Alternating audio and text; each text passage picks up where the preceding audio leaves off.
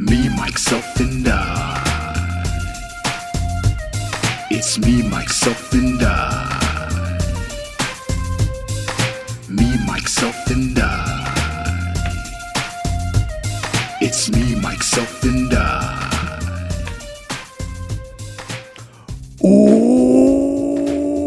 Welcome to episode Doce.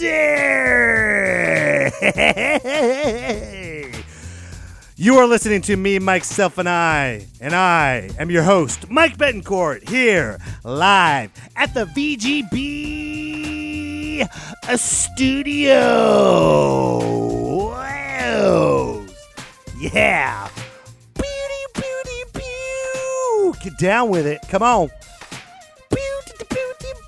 Yeah. We're going to drop it. We're going to double dutch. What are we going to do? Boom. Yeah. Feel it. Come on. Get the juices flowing. Let's go. Drop the mic. Here we go. Boom. Greetings, MMites. And welcome back to me, myself, and I am so very thankful that everyone is back here. Corey, thank you for being here again. Without you, I wouldn't be here. VGB Studios, without them, I wouldn't be here. Thank you so much. And thank you very much, Corey, for lowering down the music. I was getting pretty deaf in the ears when I heard me, myself, and I. Just just blowing out my eardrums. But it's okay. I didn't complain. Notice that?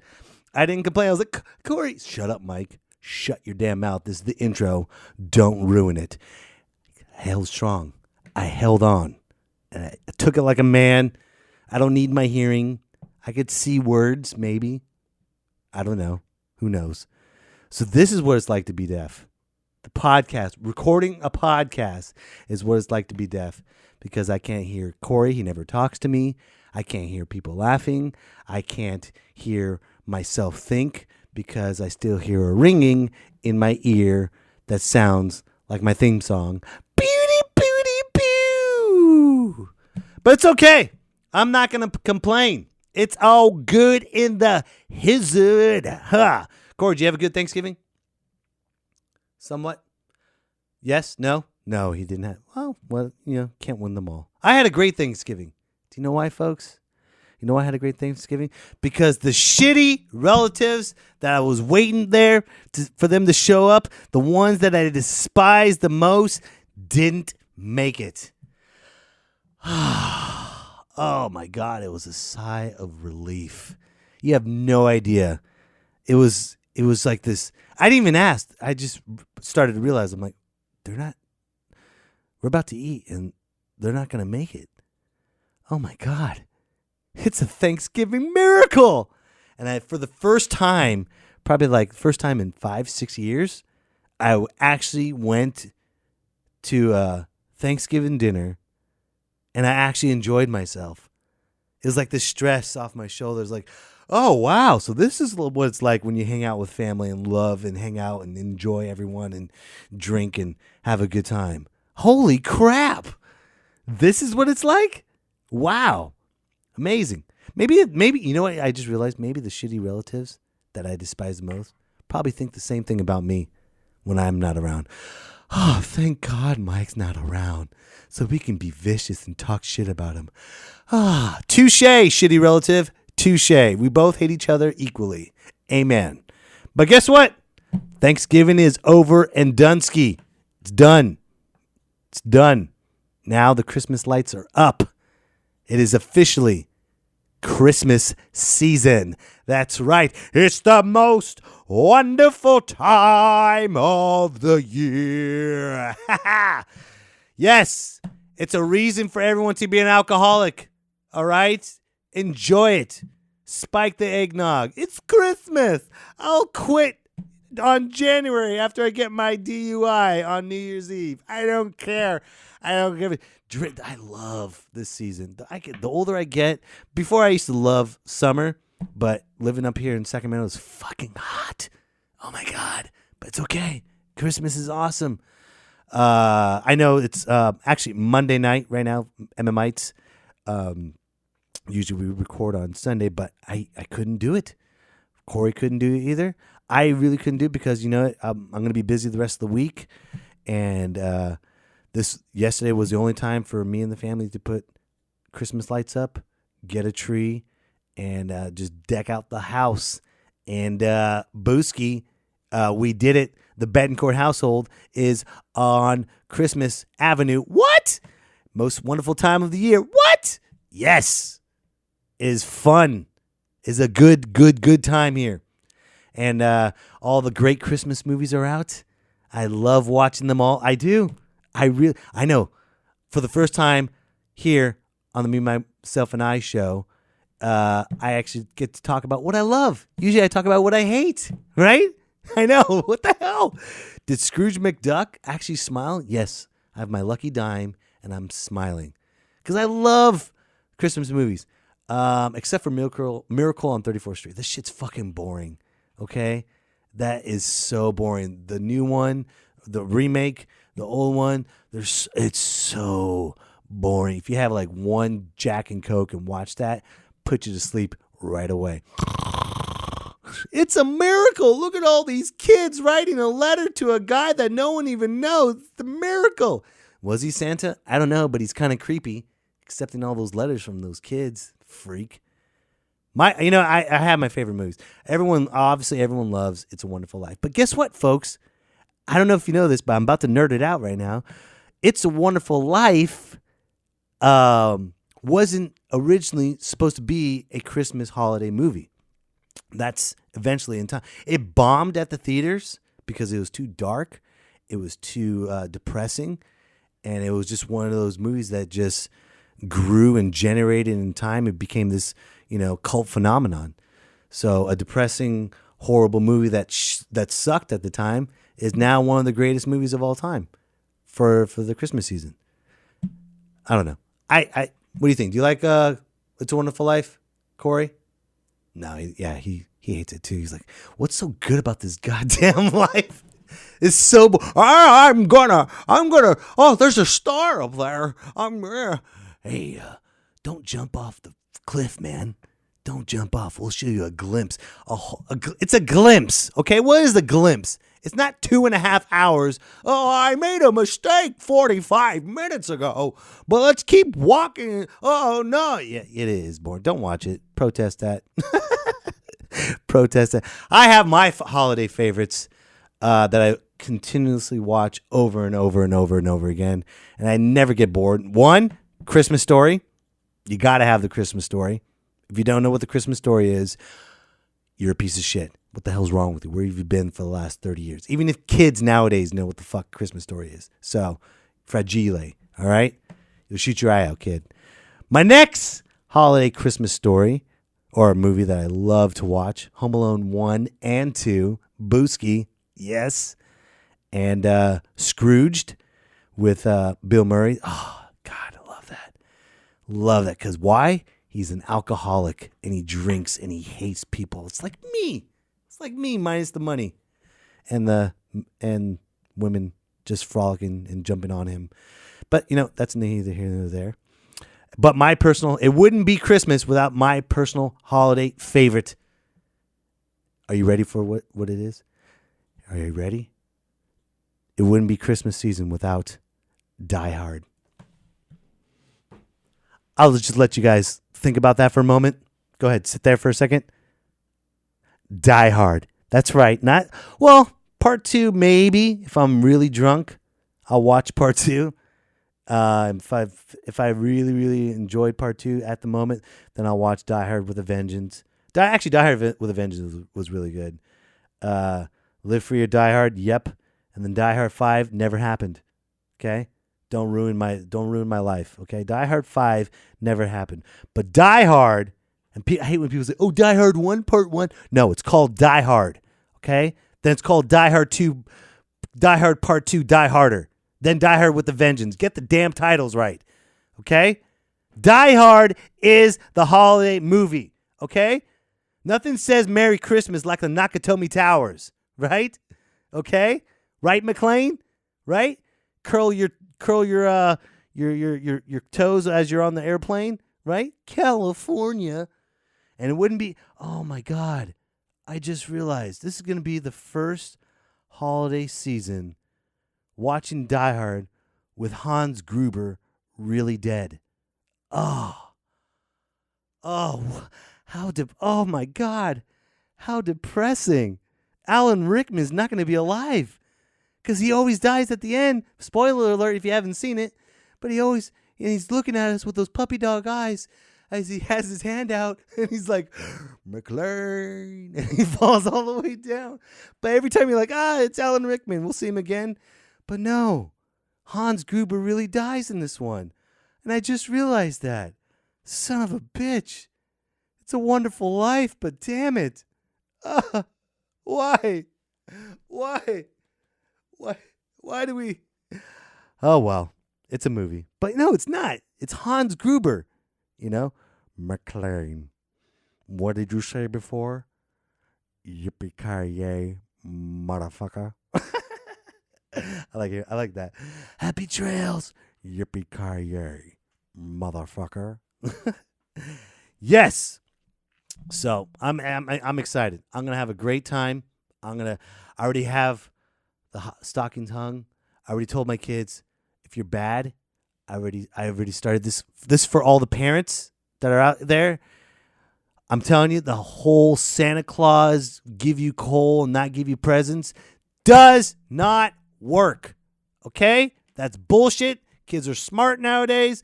They know it's bullshit. They know it doesn't work. This is what you do. You introduce them to Krampus. What's Krampus? Krampus is the exact opposite of Santa Claus. He's a demon, and he goes into the night and steal you away from your parents. If you're bad, he doesn't leave you cold. He takes your soul. Works every time. Kids go to bed right away. Every single time. I'm like, what do I hear on the roof? Oh, is that Krampus? No! No, it's not Krampus! It's not Krampus! No! Krampus. Merry Krampus. I'm here to take your soul. I sound like Dr. Claw from Inspector Gadget. Inspector Gadget may return with Krampus. So there you go, parents. If you want to scare the shit out of your kids, tell them about Krampus. Krampus killed Rudolph. There you go. Oh, my God. We're getting dark and twisted already. I love it. There's a movie out, by the way, called Krampus. So add that to your holiday list. And there's also a Goldberg movie called, I think, Santa's Sleigh. Like he murders people. Santa's Sleigh. Oh, cheesy. Love it. But, yeah. But make sure, don't go buy shit. I mean, obviously you have to buy stuff, folks. I get it. I was at the mall today, and I bought something for my friend. It was his birthday today, so I went to the mall. And holy shit, I realized I don't like the mall. I know. I don't know. Maybe it's the prices. Maybe it's just me interacting with people. I don't know. I hate going Christmas shopping. I love the Christmas season. I love spending time with people. I love drinking, obviously. But I just don't like to do the extra effort of thinking for others and shopping. But whatever. That's what Amazon Prime's for. That's what Amazon's all about, huh? I know I have a Christmas wish list. I have one thing I want on my Christmas list. I have one thing. And that one thing is this. And I hope I get it. I got to be good for the next few weeks. I got to start loving stuff because this is what I only want. I want a luchador mask. That's all I want. A luchador. Not just any luchador. No. It's specifically. It's Mil Muertes from Lucha Underground. Mil Muertes. It's dark. It's scary. That's what I want for Christmas. For holiday cheer. So, we'll see. I doubt I'll get it because I'm a piece of shit to my kids, but whatever. That's what drinking's all about.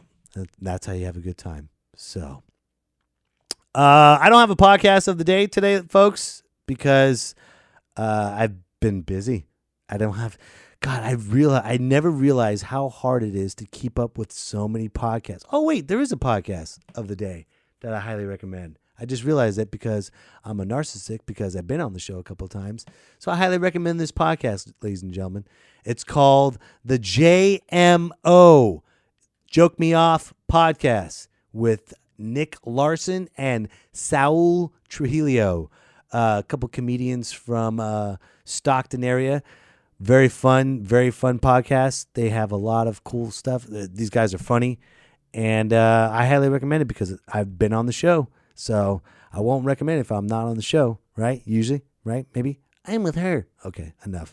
But yeah, JMO Podcast. Look it up, hashtag it, subscribe to it after you subscribe to mine, and then move on. I'm sorry. I know. I just cheated. I just lied to you guys. You know, I'm like, oh, here's a great podcast. I did. It's hard for me to always look at new podcasts. It is because I'm busy all the time. Okay, I'm a dad. I'm a husband. Okay, I have friends. I have a life. You know, on top of being a comedian and an actor and trying to hustle my gig on that, and then podcasting. It's tough. It really is tough. So I get why people don't want to listen to my podcast. It's not that they don't want to listen to it because they have lives. I get it. I understand. It's tough to keep up, but once you keep up, then maybe, I don't know. Maybe that should be my New Year's resolution right there. Always keep up with podcasts. I don't know. We'll see. But enough about that with the podcast of the day. Let's talk about something good. Let's talk about something that's amazing. Let's talk about what's really important, ladies and gentlemen, is that the Standing Rock Dakota Access Pipeline, they stopped it. They stopped it yesterday. They stopped it. The protests, They stopped it because they listened to the protesters, and then on top of that, they had over 3,000 veterans that were going to be on the front lines, and they were going to protect and give the protesters a break from tear gas, from pellets, from concussion cannons, water cannons. They went down there. I think it was led by Wes Clark Jr. I believe he's a colonel, and he was calling all veterans. And they went down. They didn't even think twice about it. They said, we're going to go down there because Obama administration wanted them out of their camp by December 5th. And the veterans were like, the natives were like, no, we're going to stay. We're going to stay right here, and we're not going anywhere. We don't care how cold it gets. We don't care if you push us away. We don't care. This is it, and this is what we're going to do. And the veterans were right there with them. I mean, I'm a veteran, and I feel like shit for not going down there. I'm not going to lie, ladies and gentlemen. I know I got a family. I know I got stuff in my life.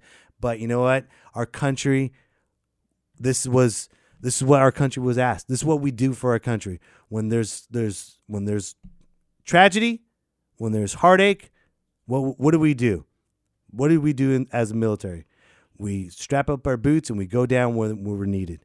I didn't get to go, and I'm so sorry for that. I feel like shit. But you know what? There's some people that did go. There's a couple of friends that I know that didn't post about it. They didn't talk about it during a podcast for 30 minutes like my last episode. They didn't post any videos. They said fuck it, we're just gonna go. That's comedian / actor Ryan Boyd. He went down to Standing Rock this past weekend with comedian / Army veteran Isaac Ames. These guys have the same exact career like I do. And you know what the similarity between all three of us versus Mark Ruffalo and every other actor and actress that everyone knows is, Mark Ruffalo has a shitload of money. He can afford that. Oh, I'm going to go down and help out Standing Rock and then let everyone see my movie again. And I still get paid gajillions of dollars. And, peace to Standing Rock. I love you guys. He could afford that. He could be mayor of Standing Rock if he wanted to, and then still have his job. But Ryan, Isaac, myself, these guys, we're all hustling for the gig. We're all hustling for every single critical moment we were away from trying to hustle our gig. Is every time you miss a day of hustling your gig, you're backtracking. I'm just gonna be honest. But these guys said, "Fuck it. I don't give a shit about my career. I don't give a shit about about the daily grind, about the hustle. I'm going to do what's right. And what's right is I'm going to Standing Rock. I'm going to stand on the front lines, and I'm going to protect these natives. And that's what they did. They're heroes. I'm going to have links of who they are on this podcast. I suggest you add them and follow them. And maybe if they're performing live somewhere, I highly recommend you seeing them, because not only are they heroes, they're funny, and they work hard at what they do. You know, that's what heroes do. And I'm proud. I'm very proud to call them heroes, because, you know, that's what they're in the course of history. They're in the history books. Do you realize that? Stopping this protest or stopping this pipeline is going to send a shockwave everywhere in the history books. It's going to send it everywhere. This is just the turning. This is just a small little victory. Unfortunately, it took 18 months. Do you believe this shit? It took nearly 18. I thought it was only during the summertime. No, they've been fighting this for 18 months. They've been protesting. They've been thrown in kennels. They've been, I've talked about this in the last episode, but they've been treated like shit for 18 months just for water. Water, the natural thing that you need to care about. They've been fighting for that for 18 months, and thank God, they finally got some relief. Everyone's thanking President Obama because he said, no, we're not going to do this anymore. Stop. Let's figure out a way to reroute. But you know what? Being the conspiracy theorist that I am, I think he's just going out on a high note. He realizes he's about to become a civilian soon, and he's like, well, what's good for business? Okay, let's just stop this protest, and everyone will love me because I won't be the El Presidente anymore. You know it, right, Corey? You know he did it because he's greedy. He's stopping this pipeline for what? He didn't make a law. You realize that, ladies and gentlemen, okay? President Obama didn't make a law against this. He didn't say, let's permanently stop this, even though he could. Even though he can write about it, even though he can stop it, even though he can do an emergency thing to go through Congress and stop it, whatever he needed to do to make a law and saying this is not the right. No, he's like, okay, let's just put it on hold and then have the next guy take it over. Oh, is that Donald Trump? Oh my God. Oh my God. Holy shit. Do you know who Donald Trump is, Corey? President Donald Trump is Hans Gruber. I just realized that. He's going to go to Standing Rock. He's like, I'm going to protect my investment. Yippee-ki-yay, motherfucker. Oh, my God. Shit. Oh, my God. Well, hopefully he'll fuck up soon. How does a president tweet all the goddamn time? How does he have time to tweet? Oh, my God. I can't believe that shit. I'm just realizing everything that he's been doing. Holy shit. He's gonna, and he hired who did he hire? This hardcore old crusty Marine general as his Secretary of Defense. They call him General Mad Dog Mattis. Yeah, with every single racist bone in his body. Holy crap. I saw a video of Mad Dog. He's like, I like to kill. And I take great joy in killing. I really don't do that for fun, but if it comes down between you and me, I'm going to kill you and I'm going to enjoy it. Oh, Jesus. I hope they die soon because is that bad for me wishing death on someone that's racist? Is it really? Is it really that bad? I don't think so. I don't think it is. No. But unfortunately, even with this amazing protest, even though this protest stopped everything, there's backlash in North Dakota right now. There's racists that are people that they're angry, they're pissed off that the pipeline stopped. I'm like, what the fuck? If you hate Native Americans that much, why the fuck are you living in a state that's named after them? Why the fuck are you living in a state? If you hate them that much, go live in Santa Barbara. You can't live in Santa Barbara. That's that's Hispanic. That's Mexican. You can't live anywhere. That's why. You know what? I finally realized why people are racist. Because there's nothing in America that says white, except for the White House. Washington, maybe. No. There's nothing like Montana? No, that's native too. There's just people that are racist are just angry all the time. I fucking hate. I hate. Excuse me. People that are racist just hate all the time. But you know what? You notice people that are racist, they can't hate by themselves. They have to hate in numbers. If everyone in this planet loved each other and truly, genuinely cared about each other, and there was one racist person, that racist person wouldn't be vocal. I guarantee you that. Because racist people can't be vocal by themselves. They have to hear, oh, you hate someone too? Of the color? Oh, me too. I thought I was the only one. No, we're not. I'm not the only one either. Oh man, we can hate. Yeah, and then they create this society called the alt-right, and the rest is history. So, but whatever. You know what? Anyway, now is a good time for God to come back. I think I've said that before, but it truly is a good time for God to come back and look at all these racist people. I think. You know how people get cursed? If you're racist, I hope you lose all your hair and gain it on your ass. All the hair. If you have a full thick of hair and just be a Sasquatch, and then you can tell which one's the racist.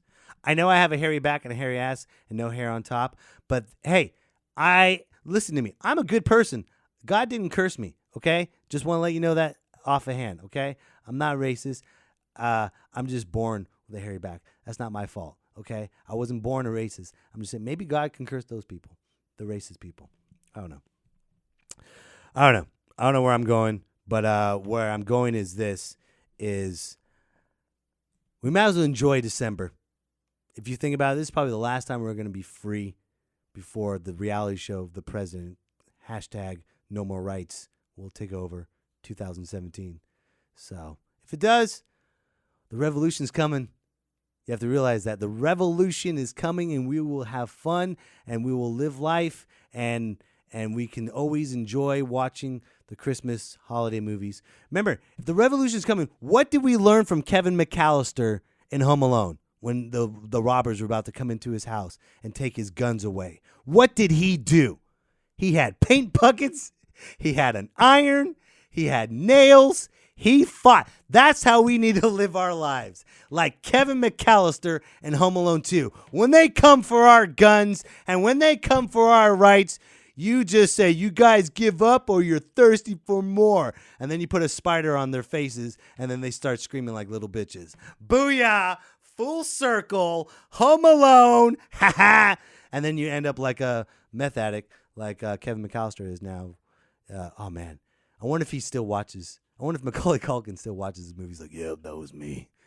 That was me a long time ago. Yeah.